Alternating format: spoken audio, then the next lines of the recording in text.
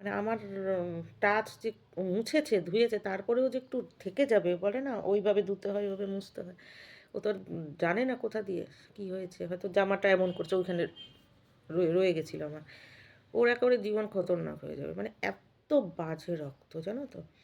মাঝে, মাঝে মা এটা দেয়, আমি মনে, মনে ভাবি যে তোমার সুগার আছে, থাইরয়েড আছে, এমনি মুখের জিনিস কারোরটা খেতে নেই। তোমার যে এত নির্মম বোকা বোধ আমি জানি না সুগার, থাইরয়েডের অনেক সময় হয়তো আমি জানিও না তুমি দিয়ে রেখেছো। এটা একটা হচ্ছে বাবা মায়ের মুখেরটাও খায় না। মুখের থেকে না মানে থালারটাও আমি খেতে চাই না। আমার অপছন্দ ভীষণ। আমি দিও না, খাইও না। তারপরে এখন যদি আমি একদিন থালা ঘুরিয়ে দিই তুমি তো হাসতে, হাসতে পারতে, পারতে মরে যাবে ভাবি। কিচ্ছু করতে হবে না বলে না চোরের ৭ দিন গৃহস্থের ১ দিন। তোমার অভ্যাস পুরো বন্ধ হয়ে যাবে। কিন্তু অভ্যাস বন্ধ হওয়ার আগে তোমাকে ভুগতে হবে। এই আর কি। আমি পারতপক্ষে জানো কাউকে ধরেও বসি না। এমন অবস্থা আমি ভাবি যে ওকে তো বাড়ি গিয়ে কষ্ট করতে হয়। হ্যাঁ, কিন্তু যেহেতু বলে না এরকম হয়ে রয়েছে আমি অনায়াসে অন্যকে মানে ইসে করে দিতে পারবো। বলে না আমি নিজেই হয়ে রয়েছি একটা অস্ত্রাগার ওই যে বলে না? নিজেই হয়ে রয়েছি যে ইসে বোম কি আ আত্মঘাতী বাহিনী যেটাকে বলা হয়। যে তাদের ছিল তুই মরতে থাকবি। ব্যাপারটা হচ্ছে এরকম। মানে আমাকে পাশ কাটিয়ে যাওয়াই ভালো। আমি নিজেই বলি, আমি সবসময় বলি যে আমার সাথে ওই করো না তো। মানে আমাকে আছি আমার সাথে এক ছাদের তলায় এভাবে থাকো যেন আমাকে কম চেনো। এবার তোমাকে কি আমি পড়ে গেলে ধরবো না? পড়ে মানে একটা থার্ড পারসনের সাথে যেভাবে থাকে মানুষ, বেশি কথাও বলবে না, বেশি মনের কথা প্রাণের কথাও বলবে না, গিভ অ্যান্ড টেক করে চলো আমার সাথে, পরিষ্কার কথা। আমাকে নিংড়ে চলা ওটার কথা তো চিন্তাই করবে না। আমি তো তোমার বলে শিকড়ে মানে এক্স ওয়াই যে যারই হোক তার আমি শিকড়ের মধ্যে বলে ওটা আমি ফোকরা করে দেবো। করবেই না। মানে তুমি আমাকে বলে না দুজন দুটো ট্র্যাকে চলো। দুজন দুটো ট্রাকে চলো। যেমন ট্রেনের লাইন থাকে, ও এই দিকে যাচ্ছে, ওই দিকে যাচ্ছে, কেউ কারোর ঘাড়ের ওপর উঠে পড়ে না। কিন্তু এক জায়গায় যখনই লাইন ক্রস করতে যায় ট্রেন কিন্তু মাঝে, মাঝে অন্য ট্রেনের ঘেঁটির ওপর উঠে পড়ে ওই লাইন থেকে পড়ে যায়। এটাই হচ্ছে ব্যাপার। যে বেশি কিউরিসিটিও ভালো না, কোনো কিছুই না। যেটুকুনি একটা টপিক নিয়ে থাকো ব্যাস ওই বেশি তোমার প্রভাব আমার উপর বিস্তার করার চেষ্টা করবে না। আমি যদি ওই প্রভাব সরাতে গিয়ে হালকা প্রভাব দিই, তুমি তো একেবারে মানে ঘেঁটে খাওয়া হয়ে মরে থাকবে। মরার আগে ভুগতে হবে। এটা হচ্ছে মুশকিল যে ভট করে মরলাম তা তো কোনো দিন আমার দ্বারা হবে না। এই আর কি। আমি নিজে মানুষটা সরে থাকি এদের ভালোর জন্য। এবার তোমার যদি এখন কপাল মন্দ হয়েছে এক্স ওয়াই জেড যাদেরই, সে আমার কাছেই আসবে ওই যে নিশির ডাকের মতো। বা কৌতূহল দেখি তো এগুলি বোধহয় কুসংস্কার। এক্সপেরিমেন্ট, আমি কিন্তু এক্সপেরিমেন্ট করবো এমন কোনো জিনিস করব না, বা কৌতূহলেও করব না যেটাতে মানে অনেক মানে যেটা নিয়ে অনেক বিপদের কথা শোনা গেছে। মানে যেমন ধরো বলা হয় যে কী জানি ওইখানে লালবাজারে এখন একটা চেয়ার নড়ে, বা ওনার ওই বাড়িতে না ওনার মানে শ্বাসটা রয়ে গেছে, ওই শাড়িটা ধরিস না, ওই গয়নাটা না ধরিস না। আমি কিন্তু বলবো না গয়নাটা নিতে লাগবে না আমার, তাতে আমার যাক না 20,000 টাকা আমি কম পেলাম। ওর নিঃশ্বাসটা তো রয়েছে না। আবার কি জানো তো অনেক সময় এমনও হয়, অনেকটা অনেকে আছে অনেক কিছু আমাকে ধরো দেবে না তোমাকে, তো বললো না ওটার মধ্যে নিঃশ্বাস আছে, নিস না। ওর নিঃশ্বাস আছে সাপোজ বললাম, আমি বললাম রামবাবু মারা গেছে ইসে নিয়ে ওর নিঃশ্বাসটা ওখানে নিয়েছে, ওর তক্তপোষটা নিস না, তো নিস না, মিথ্যে কথা বলেছে বুঝেছো। এই বলে তুমি বলে নিয়ে নিই। আমি কিন্তু তোমাকে ঢপ মারার জন্যই বলেছি, সরিয়ে দেওয়ার জন্য ওই করেছি, নিয়ে নিই বলে আমি নিয়ে নিলাম, তুমি সরে গেলে কিন্তু বুদ্ধি করে। আমি বললাম কি সরিয়ে, হ্যাঁ সরিয়ে দিলাম এই কথা বলে ও নাহলে নিয়ে নিচ্ছিল চৌকিটা, আমি নিয়ে নিলাম। এবার আমি মিথ্যে কথা বলে আমার সাথে পারলো না, আমার চালাকির সাথে জানো ওটার মধ্যে এসে যায় নাকি শ্বাস। মানে কোনো কিছু না সে গ্যারান্টি নেই।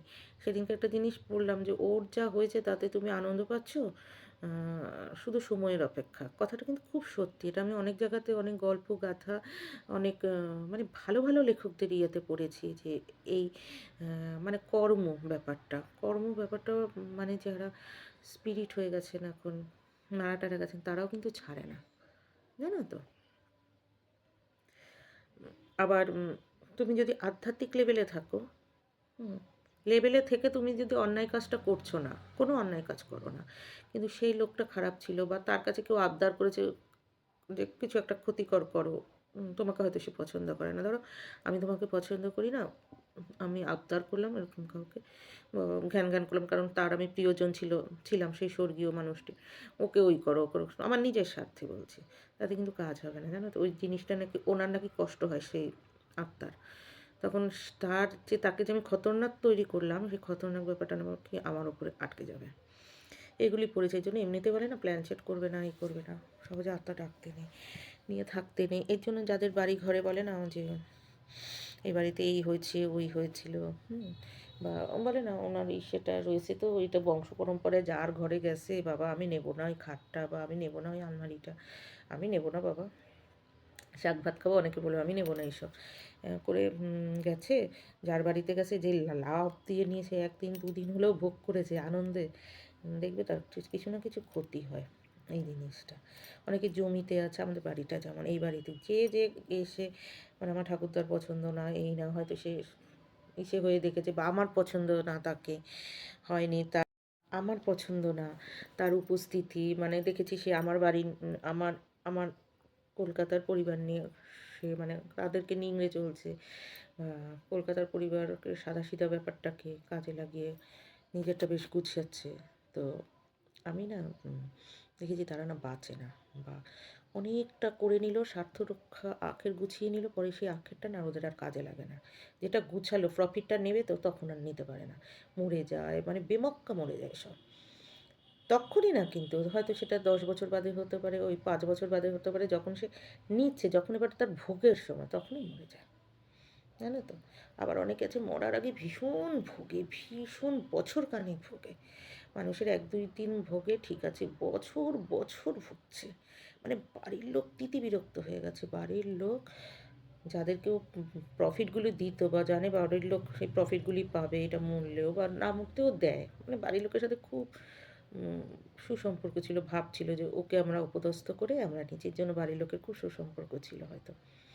সে বাড়ির লোকও বিরক্ত হয়ে যায় তখন, যে আমাদেরকে এত কিছু এনে দিয়েছে, না ওর প্রতি কৃতজ্ঞ থাকে, মুখে কৃতজ্ঞ, হাত পায়ে মানে ছেঁড়া ছেঁড়া থাকে, মানে দুঃসালা বেরো ওখান থেকে, মানে মর মর এরকম টাইপের হয়ে যায়, বুঝেছো তো? মানে মরলে পরে যেন সব গঙ্গা স্নান, এরকম অবস্থা। তখন মনে হয় ওর থেকে যে ছেড়ে কেটে নিয়ে এসেছে, হাত বুলিয়ে কাঠি নেড়ে নিয়ে এসে, ওই খাবার খাবো না, তাও তুই মোর, তোর হ্যাপা ভাল লাগছে না, মানে তোর জন্য আমার এত কিছুতে বাধা পড়ে যাচ্ছে আমাদের। এই জিনিসটা আমি দেখেছি, সব প্রহর হয়ে যায়। আমাদের এই বাড়িও যেমন, ওই বাড়িও তেমন। ভাড়াটে অবধি বাঁচলো না, পাগলা পাগলা হয়ে গেল তার ছেলে, শুধু বাড়ির দিকে ভাড়াটে আছে না, মালিকের বাড়ি নিয়ে নেয়, সেরকম করে ওই যে অনেক পুরোনো দিনের ভাড়াটে কয় টাকা দিয়ে থাকে, ভাবছে গেথে বসবো, পার্টি করতো, ক্লাব করতো, ক্লাবের কী সব হয়ে গেল, প্রেসিডেন্ট। আমি শুধু হচ্ছে ওয়েট অ্যান্ড সি দ্বারা। আমার খুব বাড়ি, ঠাকুরদা, ঠাকুমা, কাকা, এদের ওপর আমার অগাধ বিশ্বাস। আমি জানি কেউ ভোগ করতে পারবে না, আমরা ছাড়া কেউ ভোগও করতে পারবে না। যে শরিকও যদি খারাপ নজরে দেখে, বাইর চাটা হয়, বলে না ঘর জ্বালানি পর ভুলানি, ঘরের খেয়ে বোনের মোস্তারানি, থাকে না যে আমি এই বাড়ির থেকে নেবো, এই বাড়ির তো আটকানোর কেউ নেই, নিয়ে নিলাম, তারপরে আমি আমাকে যারা লাথি ঝাঁটা মারে, বা গুরুত্ব দেয় না, বা পাত্তা দেয় না, যত্ন করছে না, এদেরকে দিলে পরে এবার এটা দেখে, মানে থলিটা দেখে আমাকে এবার ওরা ভালোবাসবে, কদর করবে, যেটা আমি চাই, এদের কাছে আমি লেগে লেগে বসবো, এই জন্য আমি নিজের বাড়িটাকে নিংড়াবো। যাদের এই স্বভাব, তারাও টিকে না, জানো তো? মানে কিছু একটা, আসলে আমার ঠাকুরদা ঘর করতে পারিনি তো, আমার ঠাকুমা খুব অল্প বয়সে মারা গেছে, আমার ঠাকুরদা বিপদ নিচ্ছিল বহু বছর, বললাম না আমার ছোটো কাকা তখন 4 বছর, তা মানুষটার কী জীবনে ছিল, আমরা হলে তো ধরে বেঁধে বিয়ে দিয়ে দিত, মানে এইটা যদি আমার বাবার হতো না, আমি ধরে বেঁধে বিয়ে দিয়ে দিতাম, আমি আবার সেরকম নই, জানো তো? সে বাঁচবে কী নিয়ে, তাকে এসে খেতে হবে, কি ভাইয়ের বউ দুয়ারে দুয়ারে ঘুরবে নাকি? যতই হোক নিজের বউ ঠেলে ফেলে দিক, আর একটা খাবার নিয়ে আসলে পরে বলে তুমি নিজে বেগুন ভাজাটা করে খাও, বলুক, তবু তো বাইরের লোক তো আর নাড়াচাড়া দেবে না, বাজার নিয়ে গেলেও তো বাইরের লোক বলবে ও বাবা এই তো বাজার আনছে, কইটা খায় কে, দেখা যাবে চেটে পুটে খাচ্ছে, ওনারে 2 টুকরো দিয়ে রেখেছে, উনি 1 ব্যাগ বাজার নিয়ে গেছে, ওনারে ওই বাজারের 2 টুকরো দিয়ে রেখেছে, কিন্তু পরে দেখা যাবে তার গুষ্টি গাড়া নিয়ে খাচ্ছে, এরে রাখছে ওরে রাখছে। এই জন্য না নিজের দরকার আছে, অথবা নিজে যদি একটা সেলফ সাফিসিয়েন্ট হও, অনেকে আছে না যে নিজেতেই খ্যাটখ্যাটে, কাজের লোক টিকতে পারে না, টিকতে পারে না, অনেক মেয়েও আছে অন্যের বাড়িতে একটু ভালো খায়, এটাই করতে পারে না। আমি যেমন খুবই স্বাবলম্বী, আবার অনেক ছেলেও আছে খুব স্বাবলম্বী, খিটখিট খিটখিট করতে থাকে, তাকে মানে ভাই বলো, বউ বলো, ভাইয়ের বউ বলো, বোন বলো, খিটখিট না মানে ঠিক আমার মন মতো এটা কর, ওটা কর, ওটা কর, মানে যেখানে যাবে এরকম কর্তৃত্ব করতে থাকবে, বা এটা কর ওটা করার জন্য ভাইয়ের বউ ভালো লাগে না, বোনের বড় ভালো লাগে না। হ্যাঁ, অনেক ছেলেপেলে আছে তারা অনেক কিছু দিয়ে টিকে যায়, তাদেরকে বাইরের লোক অতটা ডিস্টার্ব করতে পারে না।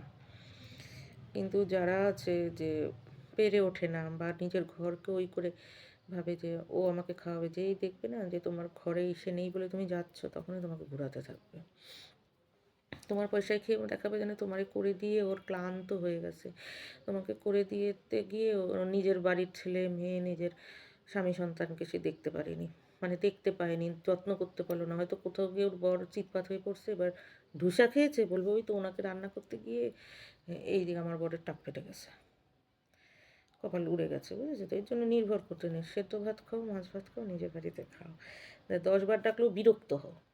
এটা করতে হয়। তো আমার বাবা খুব সেলফ সাফিসিয়েন্ট ছিলেন, তার আমার ঠাকুরদারও অনেক লোকজন ছিল, চর্দি ছিল, পিসি ছিল, মানে আমার পিসি, কাকারা ছোট ছোট ছিল, আমার বাবাও কি এমন ছিল, বোধহয় মাধ্যমিক না উচ্চ মাধ্যমিক, মানে স্কুলে পড়ে আমার বাবা।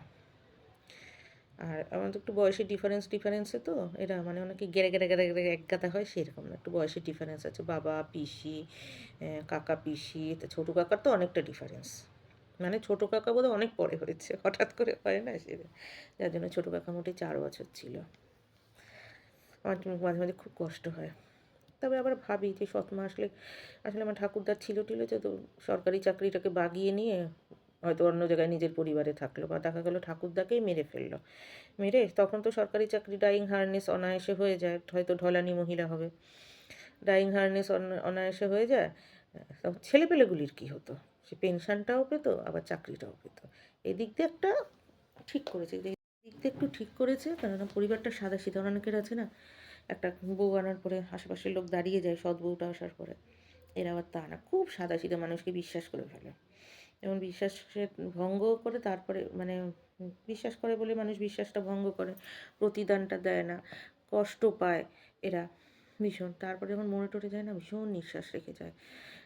তো যাই হোক, তো আমার পিসিরা এই দিকটা আমি মনে করি আমার বাবা পিসিরা যে বিশেষ করে পিসি বুঝদার মানুষ, এরা ঠিক করেছেন যে না, বিয়ে দেওয়া যাবে না, কারণ এতগুলি ছেলেমেয়ে দেখা যাবে আমার ঠাকুরদাই মরে গেল চাকরির জন্য, চাকরিটা তো অন্যে পেয়ে যাবে, সেই বউ পেয়ে যাবে, মেরে ফেলতে কতক্ষণ, কত রকম কতভাবে মেরে ফেলা যায়, তারপর পার্টি করলে তো ধরাও পড়বে না, তো ছেলেপেলের কী হবে, তারপরে বউয়ের কী হইলো, বউ হয়তো নিজের ভাই বোন দ্বারাই খুন হলো, ভাই দ্বারাই খুন হলো, আবার ঘাটটি ধরে তার বাপের বাড়ির লোকই বের করে দিল, সব লুটে পুটে নিয়ে, সে পরের কথা, বা তাকেই অক্ষম করে দিয়ে চাকরিটা নিয়ে নিল, তখনকার দিনে তো হতো না, সে অ্যাডপ্ট করলো ধরো তার ভাইয়ের ছেলেকে বা বোনের মেয়েকে, সে চাকরিটা নিল ওরে ওই করে দিয়ে, সে অনেকটা হতেই পারে, অনেক কিছুই হতে পারে।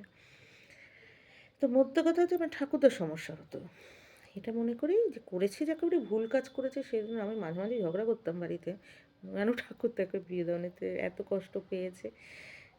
তো এটা ঠিক কথা, হয়তো অনেক সময় না কারোর হাতে কোনো জিনিস দিলে খুন হয়ে যায় সে, মানে তাকে বেশি ইসে করে, আর যদি ঝুলে থাকে ওই উটের মুখের মতো, তখন কিন্তু করে না, ইস পাবো পাবো করে তবুও তারে টিকিয়ে রাখে, আর জানি তো মরে গেলে একেবারে হাতছাড়া হয়ে গেল ব্যাপারটা।